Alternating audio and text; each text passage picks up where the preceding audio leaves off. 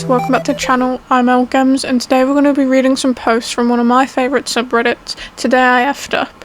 Now these are the type of posts where we're going to laugh at the OP, we'll probably feel kind of bad for them at the same time, there's going to be some secondhand embarrassment, but one thing's certain and that is by the end of this video, you'll probably feel a whole lot better about your own mistakes, so let's get into it.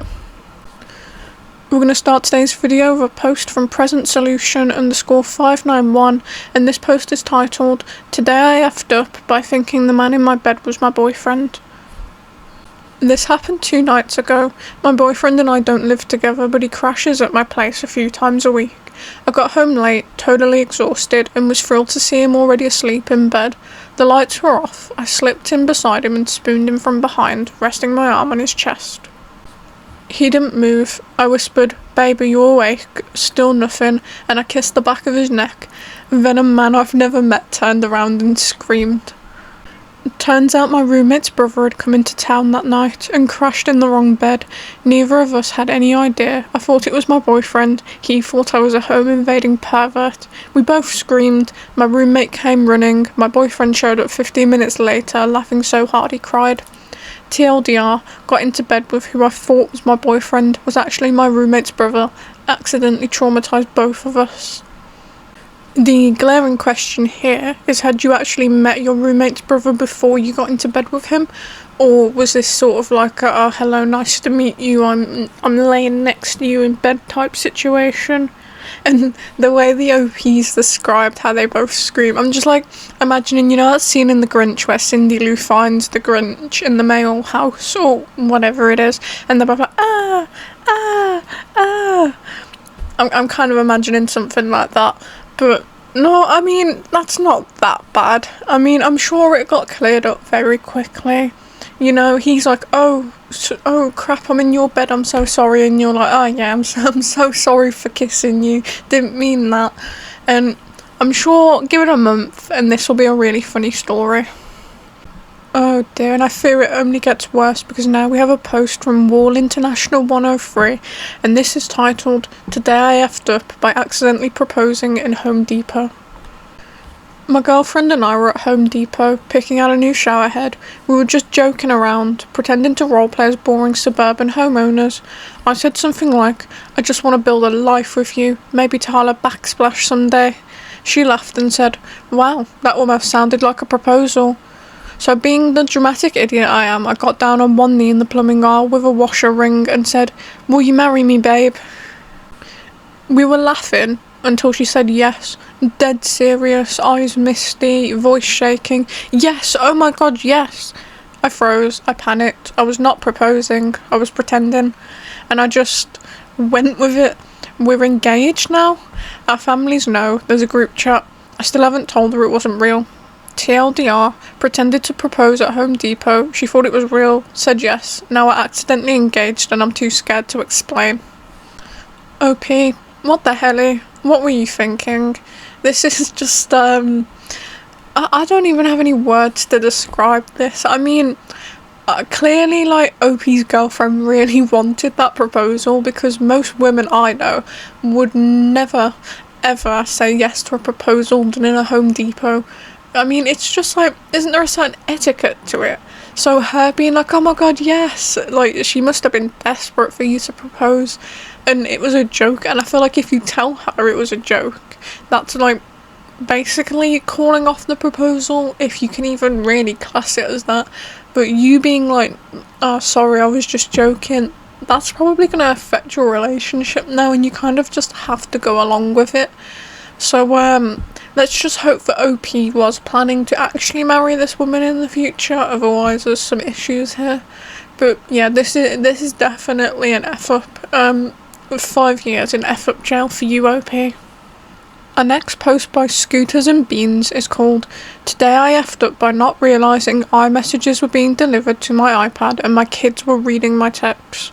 And guys, I had a little look-see over this post before I was going to read it, and yeah, this is a hard read. I'm so sorry in advance. That's all I can say. I'm sorry, guys.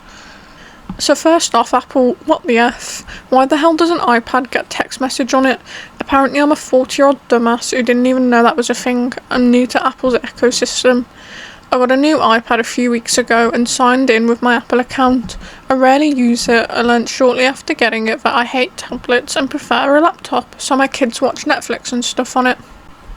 My wife and I are in our early 40s and have been married for 20 years this July. We have 3 kids, 12, 10 and 8. The oldest is a girl and the other 2 are boys. They're out of school for the summer and were apparently watching my iPad this morning. My wife works from home. Tonight I'm at work and thinking about her, so I sent her a text message joking, but also not joking. Hey, let's do some effing tonight. I'm sorry, what? Who says it like that? Who propositions, you know, by saying, oh, let's do some effing tonight? Is this how, like, older people speak to each other? Like robots? Sorry guys, that threw me off. Let's continue. She responded with a laughing face and said okay, but that was it. I wasn't finished with the conversation. You should have been finished with the conversation. Oh, how I wish you'd been finished with the conversation. Me. I'm gonna wreck that pee tonight. It's been a long day, so get ready. Her. Sure, big talker. You'll probably fall asleep early again. Me. Not tonight. It's a good night for some effing and... I'm not reading that. That was pretty much it. Now I don't normally talk like this. I was trying to be funny and risky. My kids have certainly never heard me say any of those words. But a few minutes later, her... did you know the kids are on your iPad? And did you know that your texts are going to the iPad? Because they just read those messages. I have no idea how to look them in the eyes when I get home. My precious 12-year-old daughter thinks I'm a degenerate. All 3 of them will be telling their spouses about this someday. It's like I just created a lifelong memory, just like we all have certain memories from our childhood we don't want to have. TLDR, I sent my wife some racy sexual text messages and my kids were on my iPad. The texts were being delivered to the iPad and they all saw them. They'll never unsee them. Oh my god, OP, no. Oh, those poor children. I feel so bad for them. They're probably scarred. But, I mean, on the bright side, at least they know their parents are still very much in love. I mean, that's a positive. But, yeah, maybe in future, OP, you should be a bit more careful about connecting your devices. But this was a lesson that you've learnt the hard way. Let's not repeat the mistake, shall we? Yeah, you definitely effed up. I'm gonna sentence you to 3 years in F-up jail. Yeah, also that's gonna become a new thing now for these videos, the F-up jail. Hope you guys enjoy that. Hi guys, just a quick interruption. If you made it this far in the video, please leave a like and subscribe to this channel. Thank you. Well, while we're all trying to move on from that, I'll help us through the process with another post from 2Man YF and OMS, and this post is titled, Today I Effed Up, by trying to smell peppermint oil to unstuff my nose. I am still dealing with the consequences of this. This is burning so bad. I am so goddamn desperate to unclog my nose that I'm willing to try anything. I've tried the throat napalm, Jigsaw's cough syrup, Buckley's, tried Vicks, Vapor Rub, nothing worked, and I'm so tired I just want to sleep. So I looked it up, minty things, okay. Peppermint is minty. I have peppermint halo from Seiji on hand, so I tried smelling the little roly bottle thing. Okay, you know what, so far, OP isn't coming across as an idiot to me. I get their thought process actually, because those vapor rubs and like most of the stuff to unclog your nose is mint, so he's probably thinking, okay, well that's not worked, so, you know, what's mintier than pure mint oil? Maybe he's not an idiot, or maybe we're just both idiots, but I understand. I understand you, OP. Nothing. I bring it closer to my nose, my stupid ass sneezes and launches my face directly into the oil marble, and now the chafed up red underpart of my nose is burning worse than anchored on Mustafa, but whenever I touch it, it's freezing cold. I try wiping it off with a tissue, but that just makes the whole situation a million times worse, because holy moly, tissue hurts so bad. All of this and it still feels like I'm being waterboarded with a tiny cloth that only covers my nose. I can't smell anything, it's nearly 3 AM and I just want to sleep peacefully. TLDR, don't sneeze if you're super desperate to breathe and your nose is chafed. Okay. Technically, OP's not an idiot, and I don't think that they technically effed up, because the idea, in theory, it was very intelligent, it could have worked. It's just for OP happened to have very bad luck. So, OP, you get no years in F-up jail. But also, yeah, I can imagine that that's quite horrific. Pure peppermint on... when your nose is chafed from wiping it, yeah, that's painful enough without putting peppermint on it. But regardless, no years in the F-up jail, but you can spend a few months in the F-up recovery unit. Our next post is coming from the user HalloNY and it's titled, "Today I effed up by accidentally drinking what I thought was a sparkling alcoholic beverage but was actually THC. I went to a grocery store in the NY tri-state area to stock up on some alcoholic beverages. I'm kinda over High Noon and White Claw, so I grabbed a few random ones out of a cooler in the store for some new variety. One looked particularly delicious as it was a lemon lavender flavour. Sounded tasty and refreshing for a beautiful spring weekend. Nope. I drank about half of it while hanging out in the backyard with the kids, then I started to feel really strange, like a kind of strange I haven't felt since being in a frat house in college. I looked at the can to see what the heck I was drinking, expecting like a 20% alcohol content or something. Nope. THC and CBD. Since when did they start selling drinks in the White Claw section of the grocery store? TLDR, accidentally got high from a grocery store beverage in the early afternoon and was basically useless the rest of the day. Check out those sparkling alcoholic canned beverages, friends. For me it was a not so happy accident, but for you it could be a great trip."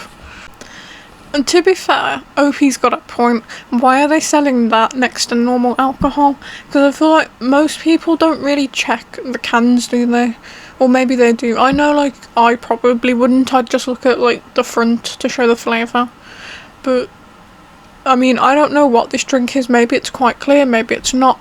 But, yeah, that definitely sounds like quite the mistake. But, you know, it was an honest mistake if you're in a rush. So, OP, I'm just gonna sentence you to 1 year in F-up jail.